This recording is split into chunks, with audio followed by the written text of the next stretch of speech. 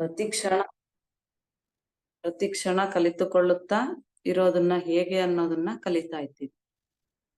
ಜಂತು ಸಾಮ್ರಾಜ್ಯವೆಲ್ಲ ಮಾನವ ಸಾಮ್ರಾಜ್ಯಕ್ಕೆ ಗುರುಗಳು. ಜಂತು ಸಾಮ್ರಾಜ್ಯವೆಲ್ಲ ಮಾನವ ಸಾಮ್ರಾಜ್ಯಕ್ಕೆ ಗುರುಗಳು.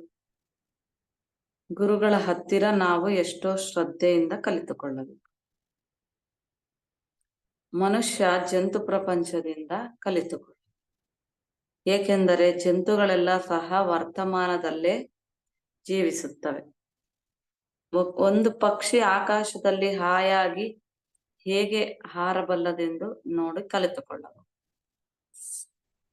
ನೋಡಿ, ಅಲ್ಲಿ ಆಕಾಶದಲ್ಲಿ ಹಾರದಂದೆ ಕೊಟ್ಟಿಲ್ಲ, ಹೇಗೆ ಹಾಯಾಗಿ,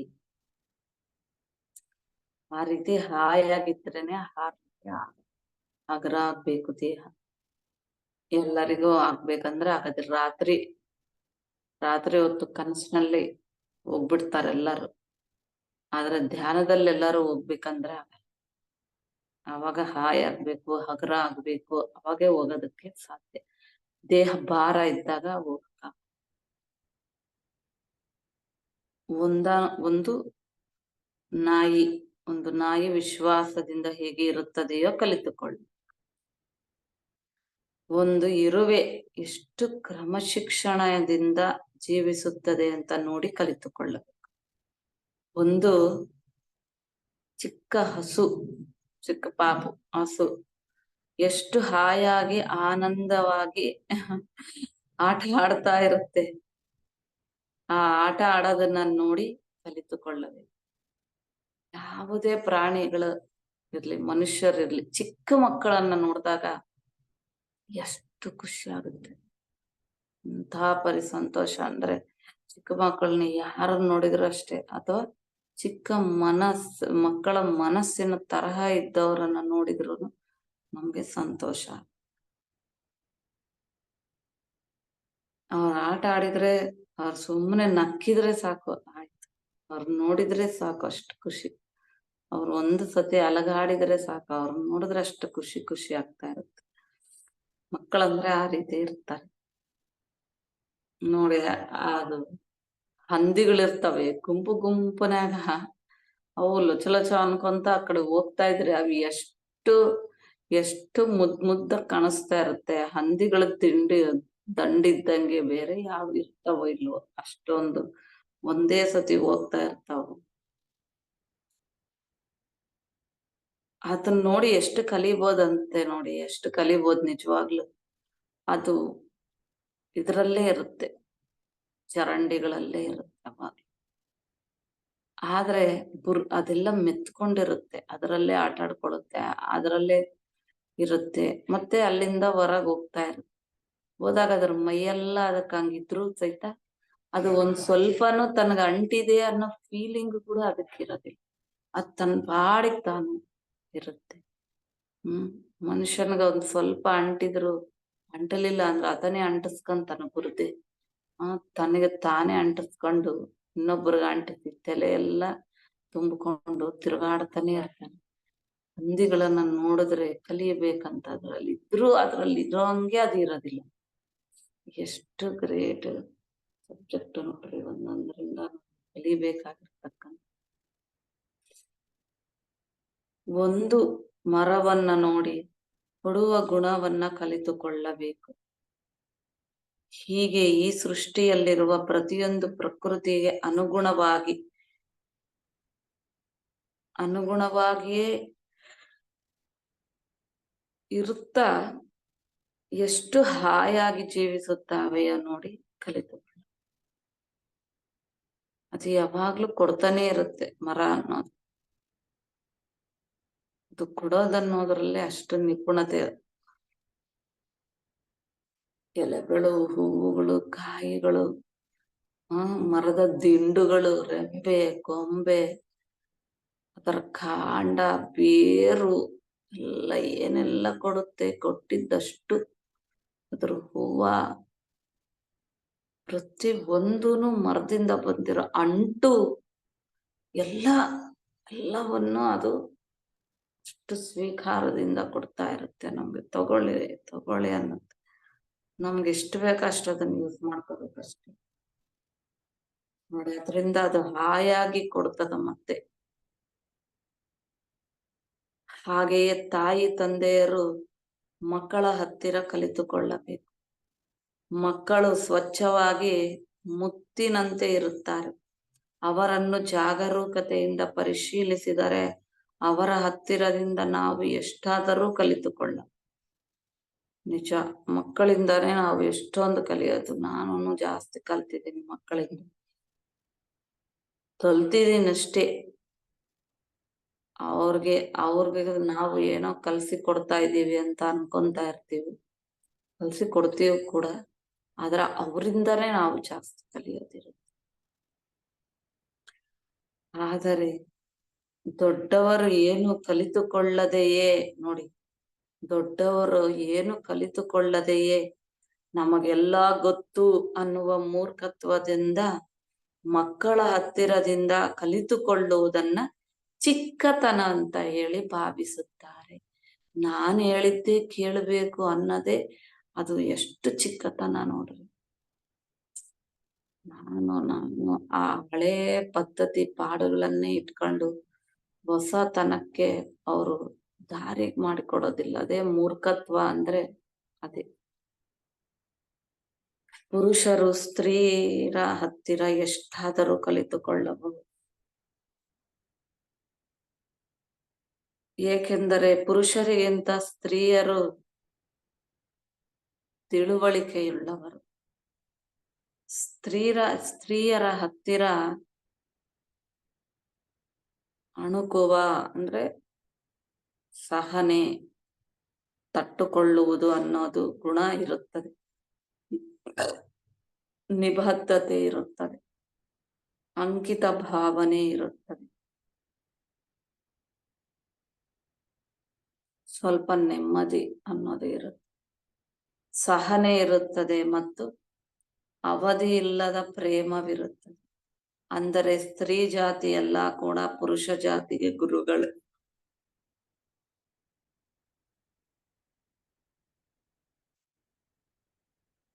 ಹೆಣ್ಣು ಮಕ್ಕಳನ್ನು ನೋಡಿ, ಹೆಂಗಸರನ್ನು ನೋಡಿ ಎಷ್ಟು ಅಂಗೀಕಾರ ಭಾವನೆ, ಅಕ್ಸೆಪ್ಟೆನ್ಸಿಯಿಂದ ಇರಬೇಕನ್ನೋದನ್ನ ಕಲ್ತುಕೊಳ್ಬೇಕು. ಎಷ್ಟು ಕೊಟ್ಟರೆ ಎಂತ ಇಸ್ತು ಉಂಡಾಲು, ಎಷ್ಟು ಕೊಡೋದನ್ನ ಕಲಿಬೇಕು. ಯಾವ ತರ ಕೊಡ್ತಾನೆ ಇರ್ತಾಳೆ ಅನ್ನೋದನ್ನ ನೋಡಿ ಕಲಿಬೇಕು. ಎಷ್ಟು ಕುದುರುಗ ಅಂದ್ರೆ ನೆಮ್ಮದಿಯಾಗಿರೋದು ಅಥವಾ ಒಪ್ಕೊಂಡಿರೋದು, ಅದನ್ನ ಕಲಿಬೇಕು. ಮತ್ತು ಎಂತ ಒದಿಗಿ ಉಂಡಾಲೋ ನೇರ್ಚುಕೋవాలి. ಅಂದ್ರೆ ಬೆಳೆದಷ್ಟೂನು ಆಕಿ ಇನ್ನ ಒಪ್ಕೊಂತ ಇರ್ತಾಳೆ, ಎಲ್ಲರನ್ನ ನೋಡಿ ಕಲಿತಾ ಇರ್ತಾಳೆ.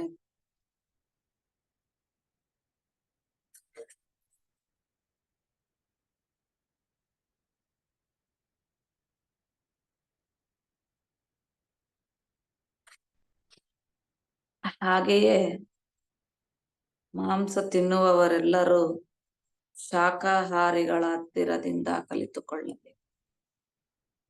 ಏನ್ ತಿನ್ನಬೇಕು, ಏನ್ ತಿನ್ನಬಾರದು, ಎಷ್ಟು ತಿನ್ನಬೇಕು, ಎಷ್ಟು ತಿನ್ನಬಾರದು ಮತ್ತು ಹೇಗೆ ತಿನ್ನಬೇಕು, ಹೇಗೆ ತಿನ್ನಬಾರದು ಅನ್ನೋದನ್ನು ಕಲಿಬೇಕು. ನೋಡ್ರಿ, ಇದ್ರಲ್ಲಿ 1 ಸೆಕೆಂಡ್ಗಳಲ್ಲಿ ಏನೋ ಕಲ್ತ್ಕೊಂಡಂಗೆ ದೊಡ್ಡದಾಗಿ ತಿಳ್ಕೊಂತೀವಾಗ್ಲಿ ಎಷ್ಟು ಕಲಿಯೋದಿರುತ್ತೆ. ಏನ್ ತಿನ್ಬೇಕು, ಏನ್ ತಿನ್ಬಾರ್ದು, ಎಷ್ಟು ತಿನ್ಬೇಕು, ಎಷ್ಟು ತಿನ್ನಬಾರ್ದು, ಇವೆಲ್ಲರೂ ಎಷ್ಟು ಸತಿ ತಿಳ್ಕೊಂಡಿರ್ತಾರ ಲೆಕ್ಕನೇ ಇಲ್ಲ. ಆದ್ರೆ ಕಲಿಯೋದು ಅನ್ನೋದಷ್ಟು ಸುಲಭ ಅಲ್ಲ. ಹೇಗೆ ತಿನ್ನಬೇಕು, ಹೇಗೆ ತಿನ್ನಬಾರದು, ಇವೆಲ್ಲ ಕಲಿತುಕೊಳ್ಳಬೇಕು. ಧ್ಯಾನ ಮಾಡದವರು ಎಲ್ಲರೂ ಕೂಡ ಧ್ಯಾನ ಮಾಡಿ ಅವರನ್ನು ನೋಡಿ ಕಲಿತುಕೊಳ್ಳಬೇಕು.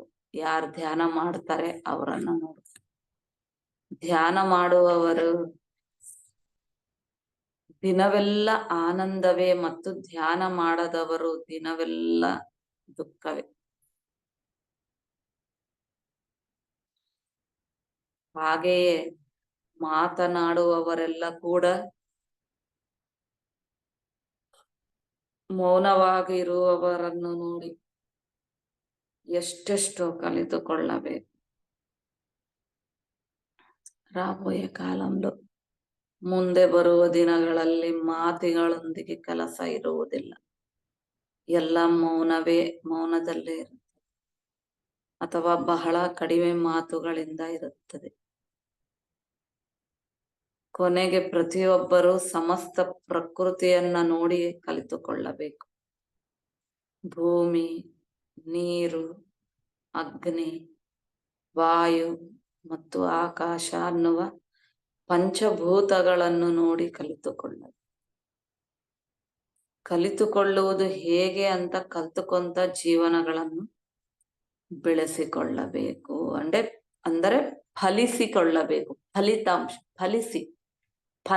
ಫಲ ಬರಬೇಕು. ನಾವೇ ಕಲ್ತ್ಕೊಂಡ ಮೇಲೆ ಅದು ಫಲಿಸ್ಬೇಕಂತೀವಲ್ಲ.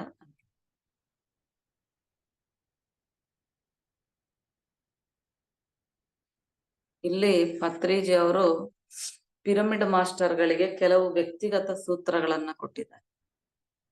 ಈ ಪಿರಮಿಡ್ ಮಾಸ್ಟರ್ಸ್ ಎಲ್ಲರೂ ಮುತ್ತಿನಂತ, ಅವರು ಮುತ್ತುಗಳಿದ್ದಂಗ. ಅವರು PSSM ನಲ್ಲಿ 18 ಆದರ್ಶ ಸೂತ್ರಗಳು ಪಿರಮಿಡ್ ಮಾಸ್ಟರ್ಸ್ ಎಲ್ಲರಿಗೂ ತಿಳಿದಿರೋದು. ಆದರೂ ಸಹಿತ ಕೆಲವು ವ್ಯಕ್ತಿಗತ ಕಂಪಲ್ಸರಿ ಸೂತ್ರಗಳನ್ನೋದು, ಅದರ ಬಗ್ಗೆ ತಿಳ್ಕೊಳ್ಳೋಣ. ನೋಡಿ, PSSM ಕಾರ್ಯಕಲಾಪಗಳೆಲ್ಲದಕ್ಕೂ ಪಿರಮಿಡ್ ಮಾಸ್ಟರ್ಗಳು ಎಲ್ಲರೂ ಯಾವಾಗಲೂ ಎಸ್ ಎಸ್ ಎಸ್ ಎಸ್ ಅಂತ ಅನ್ಕೊಂತ ಇರ್ಬೇಕಂತ. ಕಾರ್ಯಕ್ರಮಗಳಲ್ಲಿ ಪಾಲ್ಗೊಂಡರೂ ಸರಿ, ಪಾಲ್ಗೊಳ್ಳದೆ ಇದ್ದರೂ ಸರಿ, ನೋ ಅಂತ ಮಾತ್ರ ಬಾಯಿಯಿಂದ ಯಾವಾಗ್ಲೂ ಬರ್ಬಾರ್ದು. ಆದರೆ ಸಹಾಯ ಮಾಡಬೇಕು, ಆಗಿಲ್ಲ ಅಂದ್ರೆ ಇದ್ದು ಬಿಡೋದನ್ನ ಕಲ್ತುಕೊಳ್ಳಬೇಕು. ನಕಾರಾತ್ಮಕವಾಗಿ ಮಾತ್ರ ಮಾತನಾಡಬೇಕು. ಮುಖವನ್ನು ಎರಡನೇದು. ಇವಾಗ ಯಾವಾಗಲೂ ಮುಖದ ಮೇಲೆ ಕಿರುನಗೆಯನ್ನ ಇಟ್ಕೊಂಡು. ಮೂರನೇದು, ಎಲ್ಲರ ಕೆಲಸಗಳನ್ನು ತಾವೇ ಮಾಡುತ್ತಾ ಅದರ ಒಂದು ಕ್ರೆಡಿಟ್ ಮಾತ್ರ ಎಲ್ಲರಿಗೂ ಹಂಚುತ್ತಾ ಇರಬೇಕು. ಅವರೇ ಮಾಡಿದ್ದಾರೆ, ಎಲ್ಲರೂ ಇವರೇ ಮಾಡಿದ್ದಾರೆ ಅಂತ ಹಂಚುತ್ತಾ ಇರಬೇಕು ಅಂತ. ನಾಲ್ಕನೇದು, ಸೀನಿಯರ್ ಪಿರಮಿಡ್ ಮಾಸ್ಟರುಗಳು ಆತ್ಮ ಪರಿಣಿತಿಯಲ್ಲಿ ವ್ಯವಹರಿಸುತ್ತಾ ಜೂನಿಯರ್ ಪಿರಮಿಡ್ ಮಾಸ್ಟರ್ಗಳನ್ನ ಸರಿಸಮಾನವಾಗಿ ಗೌರವಿಸುವುದು ಕಲಿತುಕೊಳ್ಳಬೇಕು. ಹೌದಲ್ಲ? ಸೀನಿಯರ್ ಜೂನಿಯರ್ ಅನ್ನೋದಿಲ್ಲ, ಏನು ಇರಲ್ಲ. ಏನೋ ಅವ್ರು ಸ್ವಲ್ಪ ಜಲ್ದಿ ಧ್ಯಾನಕ್ಕೆ ಬಂದಿರ್ತಾರೆ ಅಂದ್ರೆ, ಕೆಲವು ಸಣ್ಣ ಹುಡುಗರು ಬಂದಿರ್ತಾರೆ, ದೊಡ್ಡವರು ಬಂದಿರ್ತಾರೆ. ಆತ್ಮ ಪರಿಣಿತಿನಲ್ಲಿ ದೊಡ್ಡವರು ಬಂದಿರ್ತಾರೆ, ಆತ್ಮ ಪರಿಣಿತಿನಲ್ಲಿ ಚಿಕ್ಕವರಿದ್ದವರು ಬಂದಿರ್ತಾರೆ. ಹಂಗೆ ಎಲ್ಲ ರೀತಿನಲ್ಲೂ ಬಂದಿರ್ತಾರಷ್ಟೇ.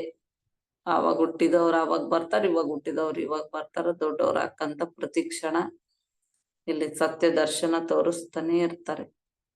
ಯಾವಾಗ ಯಾರಿಗ್ ಬೇಕಂದ್ರ ಅವಾಗ ಅವ್ರು ಬರ್ತಾನೆ ಇರ್ತಾರೆ. ಹಾಗಾಗಿ ಜೂನಿಯರ್ಸ್ ಅಂತ ಹೇಳಿ ಒಂದ್ ನಮ್ಮನ್ ನೋಡೋದು, ಸೀನಿಯರ್ಸ್ ಅಂತ ಹೇಳಿ ಇನ್ನೊಂದ್ ನಮ್ಮನ್ ನೋಡೋದಲ್ಲ, ಸರಿ ಸಮಾನವಾಗಿ ಗೌರವಿಸುವುದನ್ನ ಕಲಿತುಕೊಳ್ಳಬೇಕು. ಕಲಿಸಿ ಉಂಟೆ ಕಲದು ಸುಖಂ.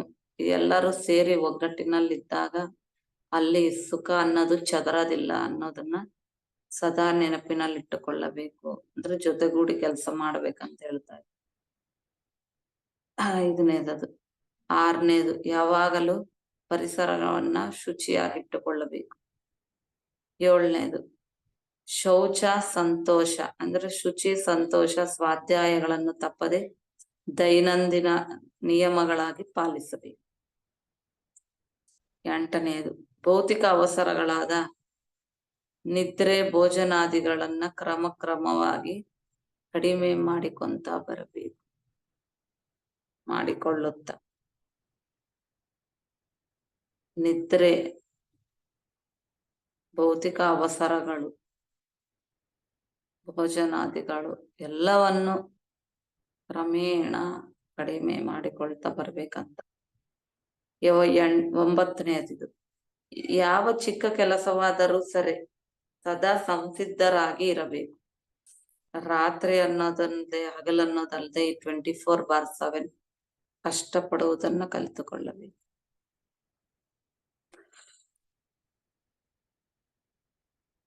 10ನೇದು, జరిగిపోయిన వాటి గురించి, ನಡೆದು ಹೋಗಿದ್ದು ಅವುಗಳ ಬಗ್ಗೆ ಯಾವತ್ತಿಗೂ ಮಾತನಾಡಬಾರದು. ನಾವು ಜಾಸ್ತಿ ಇನ್ನ ಮಾತಾಡ್ತಾ ಇರ್ತೀವಲ್ವ, ಇದು ಮಾಡಬೇಕಾಗಿರುವವುಗಳಗೋಸ್ಕರ ಮಾತ್ರ ಯಾವಾಗಲೂ ಪ್ರಣಾಳಿಕೆಗಳನ್ನ ಹಾಕಿಕೊಳ್ಳುತ್ತಾ ಇರ್ಬೇಕು. ಏನ್ ಮಾಡ್ಬೇಕು ಅದ್ರ ಬಗ್ಗೆ ಮಾತಾಡ್ಕೊಂಡ್ರೆ ಸಾಧ್ಯ ಆಗ್ತದೆ. ಪ್ರಣಾಳಿಕೆಗಳಂದ್ರೆ ಪ್ಲಾನಿಂಗ್ ಹಾಕೊಳ್ಳೋದು. ಹೋಗಿರೋದ್ರ ಬಗ್ಗೆ ಸುಮ್ಮನೆ ಮಾತಾಡಿ ವೇಸ್ಟ್ ಮಾಡ್ತೀವಿ, ಮಾತಾಡ್ಬೇಡ್ರಿ ಅಂತ. ನೋಡಿ, ಹಿಂಗೆ ನಾವು ಸ್ವಾಧ್ಯಾಯ ಮಾಡ್ತಾ ಮಾಡ್ತಾ ಎಷ್ಟೊಂದು ನಾವು ಕಲಿತೀವಿ. ತಪ್ಪು ಮಾಡಿದ್ರು ಕಲಿತೀವಿ, ಮಾಡಿಲ್ಲ ಅಂದ್ರೆ ಮುಂದೆ ಮಾಡಿರ್ತೀವಿ, ಮತ್ತೆ ಯಾವಾಗ ಮಾಡಿರ್ತೀವಿ ಗೊತ್ತಿಲ್ಲ. ಅವಾಗ ಮತ್ತೆ ಸ್ವಾಧ್ಯಾಯ ಮಾಡ್ಕೊಂತಿಟ್ಟಾಗ ನಾವು ಹೌದಲ್ವಾ ಇವೆಲ್ಲ ಕಲಿಬೇಕು ಅಂತ ಮತ್ತೆ ಮತ್ತೆ ಅನ್ನಿಸ್ತಾ ಇರ್ತದೆ.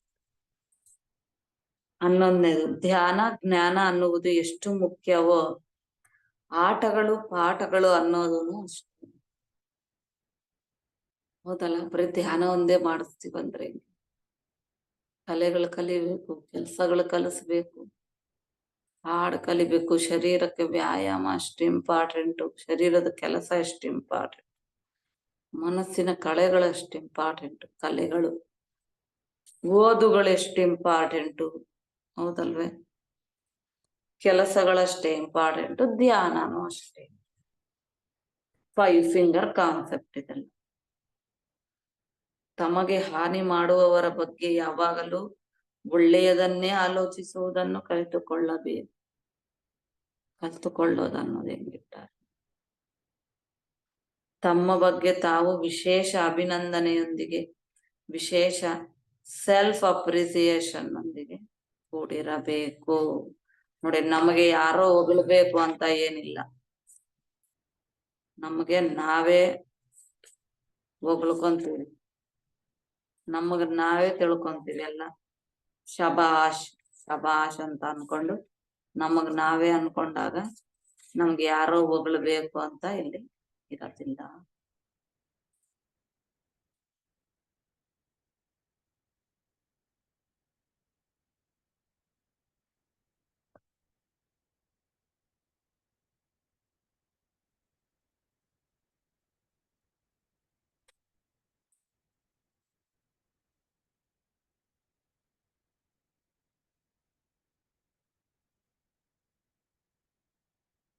ಮತ್ತೆ 18 ಆದರ್ಶ ಸೂತ್ರಗಳನ್ನ ಒಂದೊಂದು ಹೆಡ್ಡಿಂಗ್ ಆಗಿ ತಿಳ್ಕೊಂಡ್ಬಿಡೋಣ.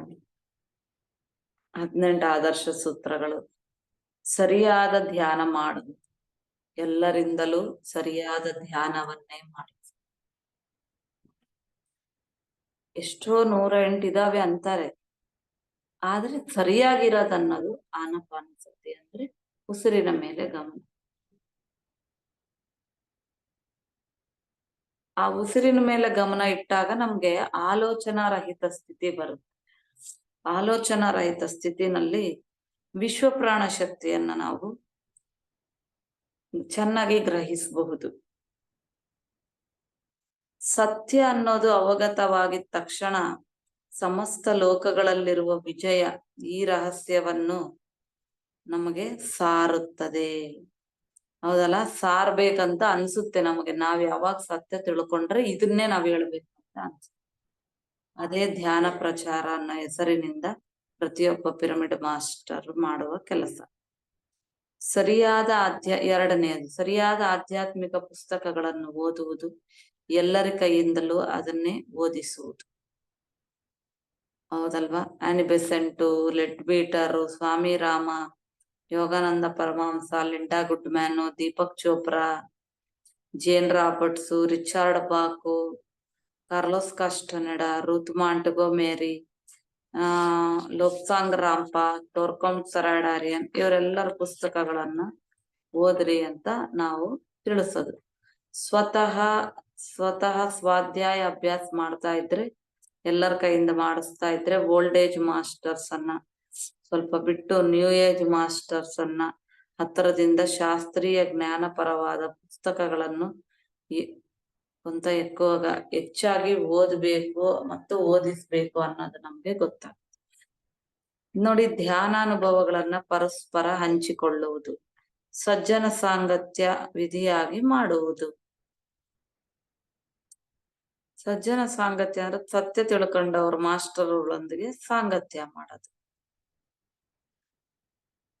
ನೋಡಿ, ಶರೀರ ಭಾರ ಆಗ್ತದ, ಹಗರ ಆಗ್ತದ, ವಿಪರೀತವಾದ ಬೆನ್ನು ನೋವು ಬರ್ತದ, ಒಳಗಡೆ ಇನ್ನ ಶರೀರ ಅಲಗಾಡದಂಗ ಅನ್ನಿಸ್ತಾ ಇರ್ತದೆ, ಎಲ್ಲಿಂದಲೋ ಹಾರ್ಕೊಂಡೋದಂಗ ಅನ್ನಿಸುತ್ತೆ, ಪ್ರಕೃತಿ ದೃಶ್ಯಗಳು ಕಾಣಿಸುತ್ತೆ. ಈ ರೀತಿ ಅನೇಕ ವಿಷಯಗಳು ತಿಳಿದಾಗ ಬೆಟ್ಟ ಗುಡ್ಡ ತಲ್ವಾ ಎಲ್ಲ ತಿಳ್ಕೊಂಡಾಗ ಅವು ನಮ್ಗೆ ನೋಡ್ಬೇಕು ಅನ್ನಿಸ್ತಾ ಇರುತ್ತೆ. ನೋಡಿರ್ತೀವಿ, ನೋಡಿದ ಮೇಲೆ ಎಲ್ಲರ ಹತ್ರ ಹಂಚ್ಕೋಬೇಕು. ಎಷ್ಟೋ ಸಂದೇಹಗಳಿರುತ್ತೆ, ಇವೆಲ್ಲ ಯಾಕೆ ಕಾಣಿಸಿದ್ವು ಅಂತ ಇರುತ್ತೆ. ಅವೆಲ್ಲ ಹೀಲಿಂಗ್ ಕೊಡ್ತವೆ, ಅವೆಲ್ಲ ನಮ್ಗೆ ಅದರಲ್ಲಿಂದ ಶಕ್ತಿ ಬರುತ್ತೆ. ಹಂಗಾಗಿ ಅವೆಲ್ಲ ಕಾಣಿಸಿ ನಮ್ಮನ್ನ ಒಳ್ಳೆ ಅಂದ್ರೆ ಶಕ್ತಿಯನ್ನ ಕೊಟ್ಟು ವಿಶ್ವಶಕ್ತಿ ಕೊಡುತ್ತಲ್ವಾ, ಹಂಗೆ ಪ್ರಕೃತಿನಲ್ಲಿ ಇರ್ಸುತ್ತೆ. ಆ ಪ್ರಕೃತಿ ಇವಾಗ ನೋಡ್ರಿ ಎಲ್ಲಿದೆ, ಪ್ರಕೃತಿ ನಮ್ಮೊಳಗಡೆನೆ ಇರುತ್ತೆ ಅನ್ನೋದನ್ನ ನಾವು ತಿಳ್ಕೊಂಡ್ವಿ. ಈ ಅನುಭವಗಳನ್ನೆಲ್ಲರೂ ಶ್ರದ್ಧೆಯಿಂದ ಕೇಳ್ಬೇಕು. ಯಾರಾದ್ರೂ ಹೊಸೊಬ್ರು ಹೇಳ್ತಾ ಇದ್ರು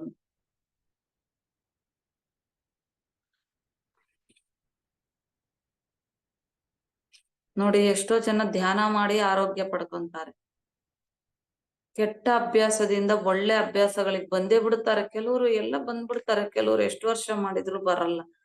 ಆದ್ರೆ ಆ ಎರಡೂ ಎಕ್ಸ್ಪೀರಿಯನ್ಸು ಎಷ್ಟು ಇವತ್ ಧ್ಯಾನಕ್ ಬಂದು ಎಂತ ಕೆಟ್ಟ ಅಭ್ಯಾಸಗಳಿದ್ದವ್ರು ಹೆಂಗ್ ಬಿಡ್ತಾರ. ಮತ್ತೆ ಅವೆಲ್ಲ ಯಾವ ತರ ಧ್ಯಾನ ಸಾಧನೆಯಿಂದ ಸುಲಭ ಆಗುತ್ತೆ ಅನ್ನೋದನ್ನ ಸಜ್ಜನ ಸಾಂಗತ್ಯದಲ್ಲೇ ತಿಳ್ಕೊಂತೀವಿ.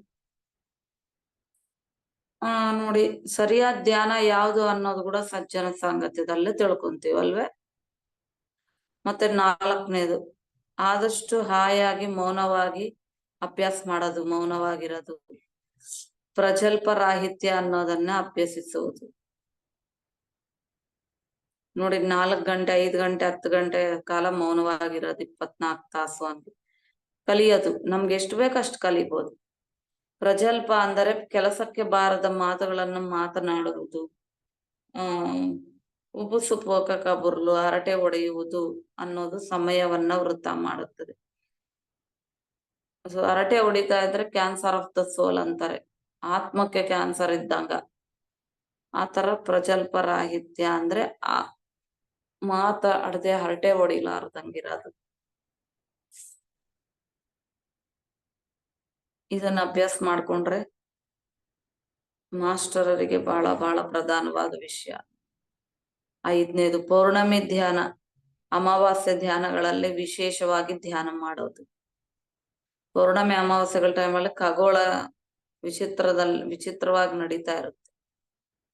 ಭೂಮಿ ಮೇಲೆ ವಿಶ್ವಶಕ್ತಿ ತೀವ್ರತೆ ಹೆಚ್ಚಾಗಿರುತ್ತೆ. ಧ್ಯಾನಿಗಳು ಇದನ್ನು ವಿಶೇಷವಾಗಿ ವಿನಿಯೋಗಿಸ್ಕೊಳ್ಬೇಕು.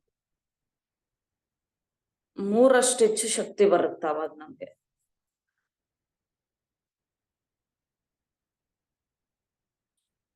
ನೋಡಿ, ಹೆಚ್ಚಾಗಿ ಮಲ್ಕೋಬಾರ್ದು ಅವತ್ತಿನ ದಿವಸ. ಹೊರಗಡೆ ಹೋಗಿ ಪ್ರಕೃತಿಯೊಂದಿಗೆ ಸಮೀಪಿಸುತ್ತಾ ಅದ್ಭುತವಾದ ಧ್ಯಾನ ಮಾಡ್ಬೇಕಂತ ಹೇಳ್ತಾರೆ. ಪಿರಮಿಡ್ ಶಕ್ತಿಯನ್ನು ಧ್ಯಾನಕ್ಕಾಗಿ ಸಮಯ ಸಿಕ್ಕಾಗೆಲ್ಲ ವಿನಿಯೋಗಿಸಿಕೊಳ್ಳುವುದು. ಪ್ರತಿಯೊಬ್ಬರಲ್ಲೂ ಅಡಗಿರುವ ಅದ್ವಿತೀಯ ಶಕ್ತಿಗಳನ್ನು ಹೊರಗಡೆ ಹಾಕ್ಲಿಕ್ಕೆ ಪಿರಮಿಡ್ ಅನ್ನೋದು ನಿಜವಾಗಿಯೂ ಎಷ್ಟು ಉಪಯೋಗಕರ. ಪರಿಶೋಧನಾತ್ಮಕತೆಯಿಂದಲೂ ತಿಳ್ಕೊಂಡಿದಾರಲ್ವಾ. ಪರಿಶೀಲಿಸಿ. ಗ್ರೇಟ್ ಪಿರಮಿಡ್ ಕಟ್ಟಡ ಗ್ರಹಾಂತರ ವಾಸಿಗಳು ಈಜಿಪ್ಟ್ ನಲ್ಲಿ ಸುಮಾರು 10,000 ವರ್ಷಗಳ ಕೆಳಗಡೆ ಧ್ಯಾನಕ್ಕಾಗಿ ನಿರ್ಮಾಣ ಮಾಡಿದ್ದಾರೆ. ವಿಶೇಷವಾಗಿ 1991ರಲ್ಲಿ ಬುದ್ಧ ಪಿರಮಿಡ್ ಕಟ್ಟಿದ್ದಾರೆ. ಧ್ಯಾನ ಕೇಂದ್ರ, ಭಾರತ ದೇಶದ ಮೊಟ್ಟ ಮೊದಲ ಪಿರಮಿಡ್ ಧ್ಯಾನ ಕೇಂದ್ರ ನೋಡಿ. ಯಾರ್ಯಾರಿಗಾಗತ್ತೆ ಅವರೆಲ್ಲ ಚಿಕ್ಕದಾಗಿ ರೂಫ್ಟಾಪ್ ಪಿರಮಿಡ್ ಕಟ್ಕೋಬಹುದು. ಆಲೋಪತಿ ಔಷಧಿಗಳನ್ನ ಸ್ವಲ್ಪವೂ ಬಳಸಬಾರದು. ಯಾಕೆ? ಅದ್ರಲ್ಲಿ ಹಾಕೊಂಡಂಗೆಲ್ಲ ಅದು ಸೈಡ್ ಎಫೆಕ್ಟ್ಸ್ ಕೊಡುತ್ತೆ. ಮತ್ತೆ ಅವೆಲ್ಲ ಪಕ್ಕಕ್ಕೆ ಇಡ್ರಿ. ಫಸ್ಟ್ ನಮ್ಮ ಮೇಲೆ ನಮ್ಗೆ ವಿಶ್ವಾಸ ಇರಲ್ಲ ಅಲ್ವಾ? ಒಟಕ್ಕಂತ ಓಡೋಗ್ತೀವಿ, ಇನ್ನೊಬ್ಬರ ಮೇಲೆ ವಿಶ್ವಾಸ ಇಟ್ಟು. ನಮ್ಮ ಮೇಲೆ ನಾವ್ ವಿಶ್ವಾಸ ಇಟ್ಟು ಸ್ವಲ್ಪ ರೋಗ ಯಾರು ತಂದ್ಕೊಂಡಿರ್ತಾರೋ ಅವ್ರಿಗೆ ವಾಸಿ ಮಾಡ್ಕೊಳ್ಳೋದು ಹೆಂಗೆ ಅಂತ ಗೊತ್ತಾಗ್ತಿ. ಇನ್ನೊಬ್ರ ಹತ್ರಕ್ ಹೋದ್ರೆ ಹೆಂಗ್ ಗೊತ್ತಾಗುತ್ತೆ? ಅವ್ರೇನೋ ಜನರಲ್ ಕೇಸ್ ಎಲ್ಲಾರನ್ನ ಇವ್ರನ್ನ ಕೇಳಿ ಪರಿಶೋಧನೆಗಳು ಮಾಡಿ ಬರ್ದಿಟ್ಕೊಂಡಿರ್ತಾರೆ. ಯಾರ್ದವ್ರಿ ಡಾಕ್ಟರ್ಗಳಂತ ಅನ್ಕೊಂಡು ನಮ್ಮನ್ನ ನಾವೇ ವಾಸಿ ಮಾಡ್ಕೊಂಡ್ರೆ ಅವಾಗ ಯಾವುದೇ ಔಷಧಿಗಳಿರೋದಿಲ್ಲ, ಸೈಡ್ ಎಫೆಕ್ಟ್ಸ್. ನೋಡಿ, 8ನೇದು ಕೋಳಿ ಮೊಟ್ಟೆಯೊಂದಿಗೆ ಸಹ ಮಾಂಸ ಎಷ್ಟು ಮಾತ್ರವೂ ತಿನ್ಬಾರ್ದು, ಪೂರ್ತಿಯಾಗಿ ವ್ಯತಿರೇಕಿಸುವುದು. ಮೊಟ್ಟೆ ಶಾಕಾಹಾರ ಅಂತಾರ. ಅಸಲು ಅವ್ರ ಬುದ್ಧಿ ಐತಾ ಅನ್ನೋರಿಗೆ, ಕಾಮನ್ ಸೆನ್ಸ್ ಐತಾ ಅಂದ್ರೆ ಇಲ್ಲ. ಹೌದಲ್ವಾ? ಕಾಮನ್ ಸೆನ್ಸ್ ಇದ್ರೇನೆ ಇಂಥ ವಿಷಯಗಳು ಅರ್ಥ ಮಾಡ್ಕೊಳ್ಳಿಕ್ಕೆ ಸಾಧ್ಯ.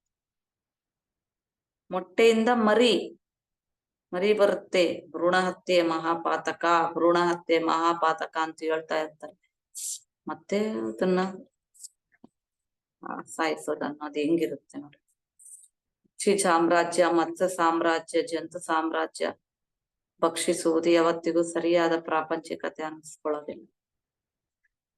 ಕಾಯಿಗಳನ್ನ, ತರಕಾರಿಗಳನ್ನ, ಹಣ್ಣುಗಳನ್ನ ನೋಡಿ, ಇದು ಗಿಡ ಮರಗಳನ್ನ ಚೆನ್ನಾಗಿ ಬೆಳೆಸ್ಬೇಕು.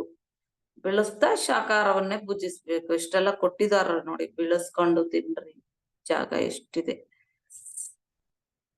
ಜಂತುಗಳನ್ನ ಪರಿರಕ್ಷಿಸುತ್ತಾ ಜಂತುಗಳೊಂದಿಗೆ ಅತ್ಯಂತ ಸಂತೋಷವಾಗಿ ಆಟ ಆಡ್ಕೊಂತ ಇರೋದು ಮಾನವನಿಗೆ ಇರುವ ಒಂದು ಸೌಭಾಗ್ಯಕರ, ಕಲ್ಯಾಣಕರ, ಇದೇ ಮೂಲ ಕಾರಣ ಆಗುತ್ತದೆ ಅಮ್ಮ. ಜಂತುಗಳಿಂದ ಎಷ್ಟೆಲ್ಲ ಲಾಭ ಇದೆ. ಇನ್ನ ನಮ್ಗೆ ಸ್ವಲ್ಪನೇ ಗೊತ್ತದ್ರಿಂದ ಇರೋ ಲಾಭ ನಮ್ಗೆ ಏನ್ ತಿಳ್ಕೊಂಡೇ ಇಲ್ಲ. ನಾವು ಸುಮ್ನೆ ಒಂದ್ ಸೆಂಟೆನ್ಸ್ ನಲ್ಲಿ ಹೇಳ್ತೀವಿ ಅಷ್ಟೆ. ಶಾಕಾಹಾರಿಯಾಗಿ ಆಗ್ಲಾರ್ದಂಗ ಯಾರು ಮಾನವತ್ವದಲ್ಲಿ ಮಾನವನಾಗಿ ಆಗೋದಕ್ಕೆ ಸಾಧ್ಯ ಆಗೋದಿಲ್ಲ. ಶಾಕಾಹಾರ ಆಗೋದೇ ನಮ್ಗೆ ಮೌಲಿಕವಾದ ಸೂತ್ರ, ಮೂಲಭೂತ ಸೂತ್ರ ಅಂತಾರೆ. 9ನೇದು ಪ್ರಕೃತಿಯೊಂದಿಗೆ ಸಹಜೀವನ ಮಾಡೋದು. ಅಡವಿಗಳಲ್ಲಿ ಟ್ರೆಕ್ಕಿಂಗ್ಗಳಲ್ಲಿ ಅಧಿಕವಾಗಿ ಪಾಲ್ಗೊಳ್ಳುವುದು. ಟ್ರೆಕ್ಕಿಂಗ್ಗಳನ್ನು ಮಾಡ್ತಾ ಇರ್ಬೇಕು. ಪುರುಷ ಪ್ರಕೃತಿ ಅನ್ನೋ 2 ಮೌಲಿಕ ಸತ್ಯಗಳು. ಪ್ರಕೃತಿಯಲ್ಲಿ ಕಲಯಿಕ ಸೇರೋದಂದ್ರೆ ಪುರುಷನಿಗೆ ಬಹಳ ಆನಂದದಾಯಕ ಅಲ್ವೇ? ಪ್ರಕೃತಿಯೊಂದಿಗೆ ಇರ್ಬೇಕಂದ್ರೆ ಪುರುಷನಿಗೆ ಅಷ್ಟಿಷ್ಟ. ಪುರುಷನೊಂದಿಗೆ ಸೇರ್ಬೇಕಂತ ಹೇಳಿ ಪ್ರಕೃತಿಗೆ ಪರಮಶಕ್ತಿದಾಯಕ. ಹಾಗಾಗಿ ಧ್ಯಾನಿಗಳೆಲ್ಲರೂ ಅಡವಿಗಳಲ್ಲಿ, ಬೆಟ್ಟ ಗುಡ್ಡಗಳಲ್ಲಿ, ಪರ್ವತ ಪ್ರದೇಶಗಳಲ್ಲಿ ಸಾಧ್ಯವಾದಷ್ಟು ಹೆಚ್ಚಾಗಿ ಜೀವಿಸುವುದು ಕಲ್ತ್ಕೊಳ್ಳೋದು. ನಾನು ಅನ್ನೋದು ಇರುವುದರಿಂದ ಪ್ರಕೃತಿಯೊಂದಿಗೆ ತಾದಾತ್ಮ್ಯತೆಯನ್ನ ಹೊಂದಲಿಕ್ಕಾಗೋದಿಲ್ಲ. ಪ್ರಕೃತಿನಲ್ಲಿ ಎಷ್ಟು ಲೀನ ಆದ್ರೆ ಪುರುಷ ಅಷ್ಟು ನಾನುವನ್ನ ಹೋಗ್ಲಾಡಿಸ್ಕೊಂತಾನೆ. ಟ್ರೆಕ್ಕಿಂಗ್ ಅನ್ನೋದು ಮುಖ್ಯವಾದ ವಿಷಯ. ರಿಚ್ ಆಕ್ಸಿಜನ್ ಪಡ್ಕೊಂತೀವಿ ನಾವು. 10ನೇದು ಪ್ರತ್ಯೇಕವಾದ ವೇಷಧಾರಣೆ ಅನ್ನೋದಿಲ್ದೇ ಇರೋದು. ಕರ್ಮಕಾಂಡಗಳು ಮಾಡದೇ ಇರೋದು. ಯಾವುದೇ ಕಾಷಾಯ ಬಟ್ಟೆ, ಬಿಳಿ ಬಟ್ಟೆ ಅಂತಾನೆ ಹಾಕೋಬೇಕಂತ ಯಾವುದೂ ಇಲ್ಲ. ಪ್ರತ್ಯೇಕ ಸಂಘದಲ್ಲಿದ್ದು ಆ ಸಂಘಕ್ಕೆ ಒಂದು ಗುರುತಿಸುವಿಕೆ ಅಂತ ಹೇಳಿ ಬಟ್ಟೆಗಳು ಹಾಕೊಳ್ಳೋದಲ್ಲ. ಅನ್ನ ಸಂಪ್ರದಾಯ ಆಧ್ಯಾತ್ಮಿಕ ಸಂಘದಲ್ಲಿರುವ ಜೀವನ ವಿಧಾನಕ್ಕೆ ವ್ಯತಿರೇಕ. ಇಲ್ಲಿ ಆಧ್ಯಾತ್ಮಿಕ ಜೀವನಕ್ಕೆ ಮಾನವ ಮತ್ತು ಸಾಮಾನ್ಯ ಪ್ರಜೆಗಳಿಗೆ ಮಧ್ಯ ಅಗಾಧಗಳು ಏರ್ಪಡೋದಕ್ಕೆ ಕಾರಣ ಇಂಥ ಅರ್ಥರಹಿತ ಸಂಪ್ರದಾಯಗಳೇ ನೋಡಿ. ಹೌದಲ್ಲ? ಹಿಂಗ ಅರ್ಥ ಇಲ್ಲಾರ್ದೆಲ್ಲ ಇಟ್ಕೊಂಡ್ರೆ ಎಲ್ಲ ಗಲೀಜಾಗಿ ಅರ್ಥ ಆಗ್ತದೆ. ಅರ್ಥರಹಿತ ಸಂಪ್ರದಾಯಗಳನ್ನ ಇಟ್ಕೊಂಡು ನಮಗ್ ನಾವೇ ಫಾರ್ಮ ಮಾಡ್ಕೊಂತ ಇರ್ತೀವಿ. ಒಂದಾನೊಂದು ವ್ಯಕ್ತಿ ತನಗೆ ತಾನು ತಿಳ್ಕೊಂಡಿರೋ ಪ್ರಕ್ರಿಯೆಯಲ್ಲಿ ನಾನು ಹೀಗೆ ಅಂತ ಯಾರಿಗೂ ತಿಳಿಸ್ಬೇಕಾದ ಅವಶ್ಯಕತೆ ಇಲ್ಲ. ವ್ಯಕ್ತಿಗತ ಒಂದು ಕೀರ್ತಿ, ಗುರುತಿಸುವಿಕೆ ಅಂದ್ರೆ ವ್ಯಕ್ತಿಗತವಾದ ಒಂದು ಸಾಧನೆ ಅವಶ್ಯಕ. ಅವಸರಂಕನಕ ನಮ್ಗೆ ಸಾಧನೆ ಅವಶ್ಯಕ, ಗುರುತಿಸ್ಕೊಳ್ಳೋದು ಅನ್ನೋದು ಅವಶ್ಯಕತೆ ಇರೋದಿಲ್ಲ. ಹಾಗಾಗಿ ಧ್ಯಾನಿಗಳು ಸಾಧಾರಣವಾದ ಜೀವನವನ್ನೇ ಕಳೆಯುತ್ತಾ ಸಮಾಜಕ್ಕೆ ಅತ್ಯಂತ ಆದರ್ಶವಾಗಿ ನಿಲ್ತಾರೆ. ಒಂದು ಜ್ಞಾನಿಗೆ ಇಂತಹ ವೇಷ ಅವಶ್ಯಕತೆ ಇಲ್ಲ. ಇನ್ಯಾರಾದ್ರೂ ಸತ್ತ ಮೇಲೆ ಕರ್ಮಕಾಂಡ ಹೆಸರಿನ ಮೇಲೆ ಅವ್ರು ಸತ್ತೋದವ್ರ ಮೇಲೆ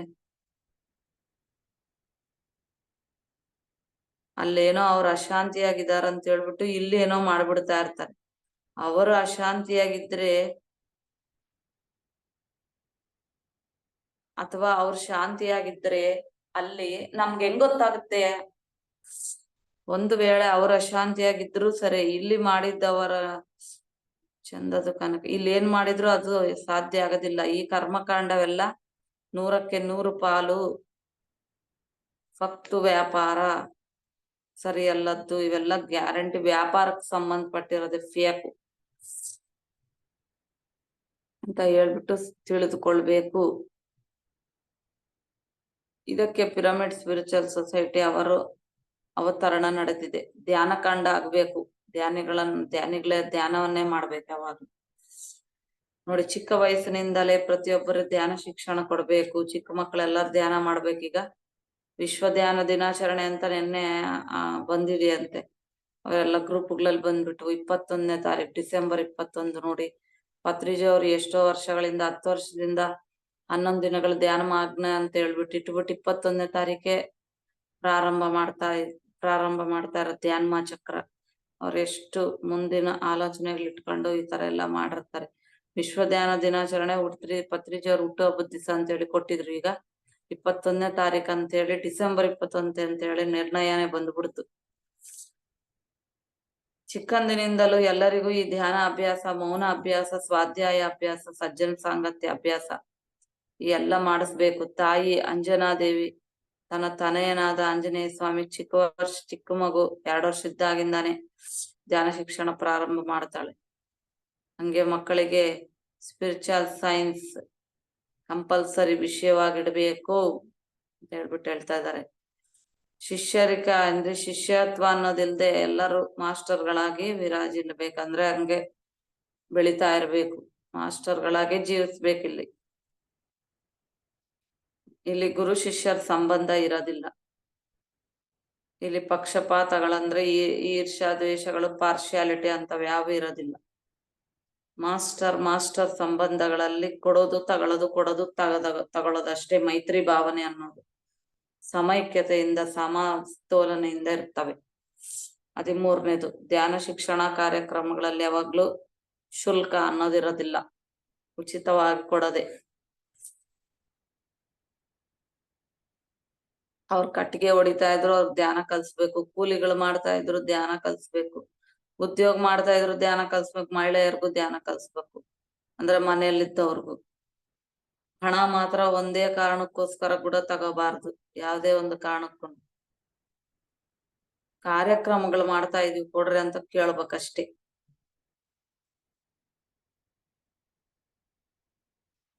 ದೇವಾಲಯಗಳು ಧ್ಯಾನಾಲಯಗಳಾಗಿ ಬದಲಾವಣೆ ಮಾಡೋದು. ಮೂರ್ತಿ ಪೂಜೆ ಮೆಟ್ಟು ಕಾದು ಆಗಾಡ್ತಾ, ಮೂರ್ತಿ ಪೂಜೆ ಮೆಟ್ಟಿಲಲ್ಲ ಅಂತ ಆರ್ಯ ಸಮಾಜ ಸ್ಥಾಪಕರು ಸ್ವಾಮಿ ದಯಾನಂದ ಸರಸ್ವತಿ ಗಟ್ಟಿಯಾಗಿ ಹೇಳ್ಯಾರ. ಈ ವಿಗ್ರಹಾರಾಧನೆಗಳು ವ್ಯಕ್ತಿಯೊಕ್ಕ ಆರಾಧನೆಗಳು, ವ್ಯಕ್ತಿಯೊಕ್ಕ ಕಾಲಗಳಿಗೆ ನಮಸ್ಕಾರ ಮಾಡೋದು, ಈ ಎಲ್ಲವೂ ಕೂಡ ಆಧ್ಯಾತ್ಮಿಕ ಶಾಸ್ತ್ರ ಪರವಾಗಿ ವ್ಯರ್ಥದ ಚೇಷ್ಟೆಗಳು. ಅಸಲು ವಿಗ್ರಹಗಳನ್ನೋದು ಪೂಜೆಗಳು ಮಾಡೋದನ್ನೋದು ಇಲ್ಲವೇ ಇಲ್ಲ. ವಿಗ್ರಹಗಳಿರೋದೇ ಸ್ಫೂರ್ತಿಯನ್ನ ಹೊಂದಿಸ್ಲಿಕ್ಕೆ, ಸ್ಫೂರ್ತಿಯನ್ನ ಕೊಡೋದಕ್ಕೆ. ಇದು ಆಧ್ಯಾತ್ಮಿಕತೆ ಬಗ್ಗೆ ಯಾರು ಆಸಕ್ತಿ ಇಟ್ಕೊಂಡಿರ್ತಾರೋ ಅವ್ರಿಗದು ಸ್ಫೂರ್ತಿ ಆಗುತ್ತೆ. ಹಾಗೆ ಗುರುಗಳ ಆಶೀರ್ವಾದ ಹೊಂದುವುದಂತ ಕಾಲಿಗೆ ನಮಸ್ಕಾರ ಮಾಡೋದು, ನೆತ್ತಿ ಮೇಲೆ ಕೈ ಇಡೋದು ಅನ್ನೋದು ಎಷ್ಟಾದ್ರೂ ಅನಾರೋಗ್ಯಕರವಾದ ವಿಷಯ. ಹೇಳಿದ್ರು ನೋಡಿದ್ರ ಅನಾರೋಗ್ಯಕರ. ಬರೀ ಅದ್ರಾಗೆ ಸರ್ ಮಾಡ್ಕೊಂತಾರ. ಒಟ್ಟ ಸಿಕ್ಕಿದ್ರೆ ಹಿಂಗೆ ಅದು ಗೌರವ ಕೊಡೋದಂತಾರ. ನಿಜವಾಗ್ಲು ಕರೆಕ್ಟ್ ಸುಳ್ಳ ಅನ್ನೋದಿಲ್ಲ. ಕೊಟ್ಟು ಸುಮ್ನೆ ಆಗ್ತಾರಿಲ್ಲ. ಅಂತರಂಗದ್ ಬಿಟ್ಬಿಟ್ಟು ಬರೀ ಬಾಹ್ಯದಾಗೆ ಹಿಡ್ಕೊಂಡ್ಬಿಡ್ತಾರೆ. ಅದ್ರಾಗೆ ನಾನ್ ದೊಡ್ಡವ್ ನೀನ್ ಬರೀ ಇದ್ರಾಗೆ ಸರಿ ಮಾಡ್ಕೊಂತಾರೆ. ಇಂತಹ ಕರ್ಮಕಾಂಡಗಳನ್ನೆಲ್ಲ ವಿಸರ್ಜನೆ ಮಾಡ್ಬೇಕು. ದೇವಾಲಯಗಳಲ್ಲಿ ವಿಧಿಯಾಗಿ ಧ್ಯಾನ ವಿದ್ಯೆಯನ್ನ ಬೋಧನೆ ಮಾಡ್ಬೇಕು. ಧ್ಯಾನ ವಿದ್ಯೆ ದೈವ ವಿದ್ಯೆ ಅಂದ್ರೆ ಆ ರೀತಿ ದೇವಾಲಯಗಳೆಲ್ಲ ಧ್ಯಾನಾಲಯ. ಯಾರ ಜೀವನ 15ನೇದು ಯಾರ ಸ್ವಂತ ದೈನಂದಿನ ಜೀವನದಲ್ಲಿ ಧ್ಯಾನ ಮಾಡ್ಕೊಂತಲೇ ಸ್ವಂತ ಧ್ಯಾನ ಶಕ್ತಿಯಿಂದ ಸಮಸ್ಯೆಗಳನ್ನ ಪರಿಷ್ಕಾರ ಮಾಡ್ಕೋಬೇಕು. ಅದು ವ್ಯಕ್ತಿಗತ, ಶಾರೀರಿಕ, ಮಾನಸಿಕ, ಸಾಂಘಿಕ ಸಮಸ್ಯೆಗಳನ್ನ ಅವ್ರಿಗವ್ರೇ ವಾಸಿ ಮಾಡ್ಕೋಬೇಕಲ್ಲ ಧ್ಯಾನ ಮಾಡಿ. ಸರಿಯಾದ ಧ್ಯಾನ, ಸ್ವಾಧ್ಯಾಯ, ಸಜ್ಜನ ಸಾಂಗತ್ಯದಿಂದ ಇವೆಲ್ಲ ನಮ್ಮ ಹತ್ರ ಅಪಾರ ಶಕ್ತಿ ಇದೆ ಅಂತ ನಮಗ್ ಗೊತ್ತಾಗುತ್ತೆ.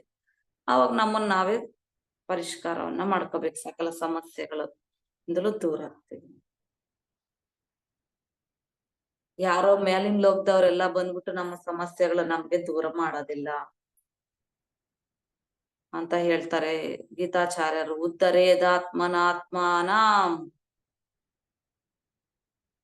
16ನೇದು. ಸಾಧಾರಣ ವ್ಯಕ್ತಿಗಳ ತರ ಇರುತ್ತಾ ಮಹತ್ತರ ಸಂಸಾರಿಕ ಜೀವನವನ್ನು ಕಳೆಯುವುದು. ಇತರರ ವ್ಯಕ್ತಿಗತ ಜೀವನಗಳಲ್ಲಿ ಹಸ್ತಕ್ಷೇಪ ಮಾಡಬಾರದು. ಸನ್ಯಾಸಾಶ್ರಮ ಯಾರು ತಗೋಬಾರ್ದು. ಸೃಷ್ಟಿಯಲ್ಲಿ ಅನೇಕ ಅದ್ಭುತಗಳು, ವಿಚಿತ್ರಗಳು, ಅಂದಗಳು ಇರುತ್ತೆ. ಅವೆಲ್ಲ ಆಸ್ವಾದನೆ ಮಾಡ್ಕೋಬೇಕು. ಎಲ್ಲರೂ ಗೃಹಸ್ಥರಾಗಿ ಜೀವನ ಮಾಡ್ಬೇಕು. ತಮ್ಮ ತಮ್ಮ ಜೀವನದಲ್ಲಿ ಸ್ವಂತ ಹೆಣ್ಮಕ್ಳಾಗಿದ್ರೆ ಹೆಣ್ಮಕ್ಳಾಗಿ, ಗಂಡಾಗಿದ್ರೆ ಗಂಡಾಗಿ ತಮ್ಮ ಸ್ವಂತವಾಗಿ ತಮ್ಮ ಜೀವನವನ್ನ ಅನುಭವಿಸ್ತಾರೆ. ಆಧ್ಯಾತ್ಮಿಕ ಸತ್ಯಗಳನ್ನು ವಿಧಿಯಾಗಿ ತಿಳ್ಕೊಂತ ಇರ್ಬೇಕು.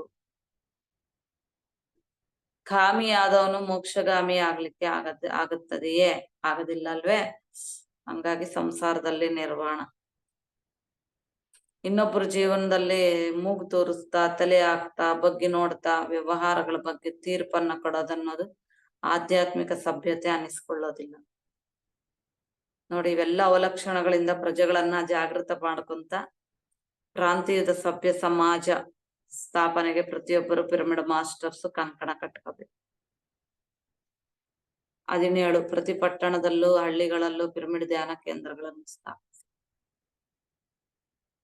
ನೋಡಿ, ಸರ್ವ ಜೀವಿಗಳಲ್ಲೂ ಪ್ರದರ್ಶಿಸುವ ಅದ್ಭುತವಾದ ಕಲೆ ಪರಸ್ಪರ ತಮ್ಮ ಹತ್ತಿರ ಇರೋದನ್ನ ಹಂಚಿಕೊಳ್ಳುತ್ತರ. ಹಾಗೆ ಹಂಚಿಕೊಳ್ಳುವ ಗುಣ ಇಲ್ಲ ಅಂದ್ರೆ ಪ್ರಪಂಚವೇ ಶೂನ್ಯವಾಗುತ್ತದೆ. ಹಾಗಾಗಿ ಪ್ರತಿಯೊಬ್ಬ ಪಿರಮಿಡ್ ಮಾಸ್ಟರ್ ಧ್ಯಾನ ಪ್ರಚಾರ ಮಾಡ್ಬೇಕು. ಧ್ಯಾನ ಫಲಿತಾಂಶವನ್ನ ಎಲ್ಲರಿಗೂ ತಿಳಿಸ್ಬೇಕು. ಅದೊಂದು ಮೂಲಭೂತವಾದ ಜವಾಬ್ದಾರಿ. ಧ್ಯಾನ ಪ್ರಚಾರದ ಮೂಲಕವೇ ರೋಗಮಯ ಜೀವನಕ್ಕೆ ತಿಲೋದಕಗಳನ್ನ ಬಿಟ್ಟು ಭೋಗಮಯ ಜೀವನವನ್ನ ಪಡ್ಕೊಂತೀವಿ. ಈ ಭೋಗಮಯ ಜೀವನದಿಂದ ಮುಂದಕ್ಕೆ ವೈಭೋಗ ಜೀವನವನ್ನ ಪಡ್ಕೊಂತೀವಿ. 18ನೇದು ಸ್ವಂತ ಧ್ಯಾನಾನುಭವಗಳು, ಇತರ ಆಧ್ಯಾತ್ಮಿಕ ವಿಶೇಷಗಳನ್ನ ಪುಸ್ತಕ ರೂಪದಲ್ಲಿ ಪ್ರಚಾರ ನೋಡಿ. ಬುಕ್ ಪ್ರಿಂಟ್ ಮಾಡಿಸ್ರಿ ಅಂತ ನಿಮ್ ಅನುಭವಗಳನ್ನ ತಾವುಗಳೆಲ್ಲರೂ ಮಾಡಿಸ್ಕೋಬೇಕು. ಅದಕ್ಕೆ ಮ್ಯಾಗಝೈನ್ಸ್ ಇಟ್ಟಿದ್ದಾರೆ. ನಿಮ್ ಊರುಗಳಲ್ಲಿ ನ್ಯೂಸ್ ಪೇಪರ್ಸ್ ತಗೊಂಬರ್ರಿ. ಆಧ್ಯಾತ್ಮಿಕದ ಬುಕ್ಸ್ ಪ್ರಿಂಟ್ ಮಾಡಿಸ್ರಿ ಅಂತ ಗುರುಗಳೆಲ್ಲ ಹೇಳ್ತಾ ಇದ್ರು. ಯಾಕೆ ಅಂದ್ರೆ ಈ ತರ ಅನುಭವಗಳೆಲ್ಲ ಬರ್ಬೇಕಂತ, ನ್ಯೂಸ್ ಲೆಟರ್ ಬರ್ಬೇಕಂತ ಹೇಳೋರು. Sir Francis Bacon, reading maketh a full man, conference a ready man and a writing an exact man ಅಂತ ಹೇಳಿದ್ದಾರೆ. ಬರಿಬೇಕಂತ. ಹಾಗಾಗಿ ವಿಧಿಯಾಗಿ ಈ ಧ್ಯಾನ ಜೀವನದ ಅನುಭವಗಳನ್ನು ಬರೆದ್ಬಿಟ್ಟು ಪ್ರಚಾರ ಮಾಡ್ತಾ, ಮುದ್ರಣೆ ಮಾಡ್ತಾ, ಎಲ್ಲರಿಗೂ ತಿಳಿಸುತ್ತಾ ಆಧ್ಯಾತ್ಮಿಕ ಜೀವನವನ್ನು ಚೆನ್ನಾಗಿ ವ್ಯಾಪ್ತಿ ಮಾಡ್ಕೋಬೇಕಂತ ಹೇಳ್ತಾ ಈ ಅವಕಾಶ ಕೊಟ್ಟಿದ್ದಕ್ಕೆ ಪತ್ರಿಜಿ ಗುರುಗಳಿಗೆ, ಮೈಸೂರು ತಂಡಕ್ಕೆ ಧನ್ಯವಾದಗಳು. ಎಷ್ಟೊಂದು ವಿಷಯ ತಿಳ್ಕೊಂಡ್ವಿ.